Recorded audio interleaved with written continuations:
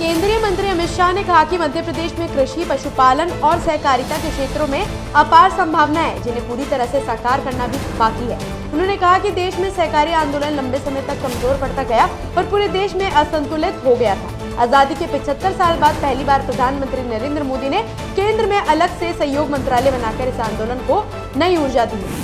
केंद्रीय स्वास्थ्य मंत्री जेपी नड्डा ने आज एम्स भुवनेश्वर का दौरा किया और संस्थान की शोध क्षमताओं को बढ़ाने के उद्देश्य से अत्याधुनिक सेंट्रल रिसर्च लैबोरेटरी का उद्घाटन किया। उन्होंने मेडिसिन, ओपीडी, बर्न सेंटर और नियोनेटल आईसीयू का भी निरीक्षण किया। इस अवसर पर उन्होंने उत्कृष्ट स्वास्थ्य सेवाएं प्रदान कर रहे डॉक्टर्स, फैकल्टी और स्टाफ की सराहना की।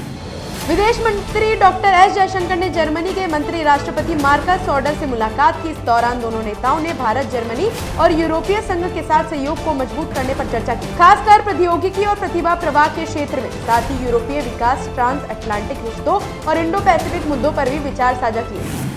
उत्तर प्रदेश के मुख्यमंत्री योगी आदित्यनाथ ने वक्फ संशोधन विधेयक का समर्थन करते हुए कहा कि पश्चिम बंगाल में इसके विरोध में हिंसा भड़काई जा रही है। उन्होंने मुर्शिदाबाद में 3 हिंदुओं की हत्या को लेकर गहरी चिंता जताई। योगी ने आरोप लगाया कि मारे गए लोग दलित, वंचित और गरीब हिंदू थे, जिन्हें जमीन का सबसे ज्यादा लाभ मिलना चाहिए।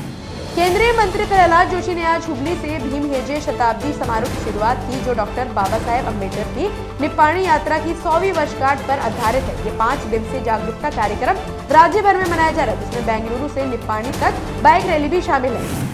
दिल्ली की मुख्यमंत्री रेखा गुप्ता ने गंगाराम अस्पताल के स्थापना दिवस पर सराहना करते हुए कहा कि ये एक ऐसा अस्पताल है जहाँ कभी ये शिकायत नहीं मिली कि मरीजों को ग्राहक की तरह देखा गया। यहाँ हर किसी का इलाज सेवा भाव से किया जाता है, न कि कमाई के जरिए से। उन्होंने पूरी गंगाराम टीम को बधाई दी और कहा कि समाज को ऐसे संस्थानों की जरूरत है। केंद्रीय मंत्री मनसुख मंडाविया ने बताया कि देश भर के 5000 से अधिक स्थानों पर माय भारत वॉलंटियर्स द्वारा पद यात्रा का आयोजन किया गया। युवाओं ने डॉक्टर बाबा साहेब अम्बेडकर की प्रतिमा को श्रद्धांजलि दी, आसपास की सफाई की और विकसित भारत के संकल्प में भागीदारी निभाई। उन्होंने इसे युवाओं की प्रेरणादायक पहल बताया।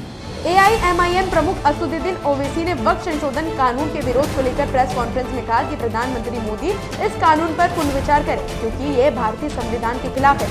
उन्होंने आरोप लगाया कि सरकार अपनी विचारधारा देश पर थोप रही है, जबकि असली विचारधारा भारतीय राष्ट्रवाद और संविधान होनी चाहिए।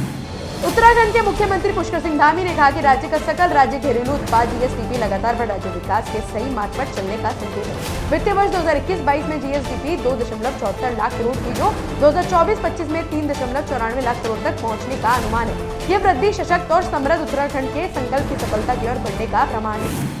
असम के मुख्यमंत्री हिमंत बिस्वा शर्मा ने गुवाहाटी के स्टेट कैंसर इंस्टीट्यूट में रोबोटिक सर्जरी सिस्टम का उद्घाटन किया, जिससे अब कैंसर के मरीज यहां रोबोटिक सर्जरी करा सकेंगे। ये सर्जरी मशीन भारत सरकार द्वारा दिए गए 15 करोड़ रुपए से स्थापित की गई है, जो चिकित्सा क्षेत्र में एक महत्वपूर्ण कदम है।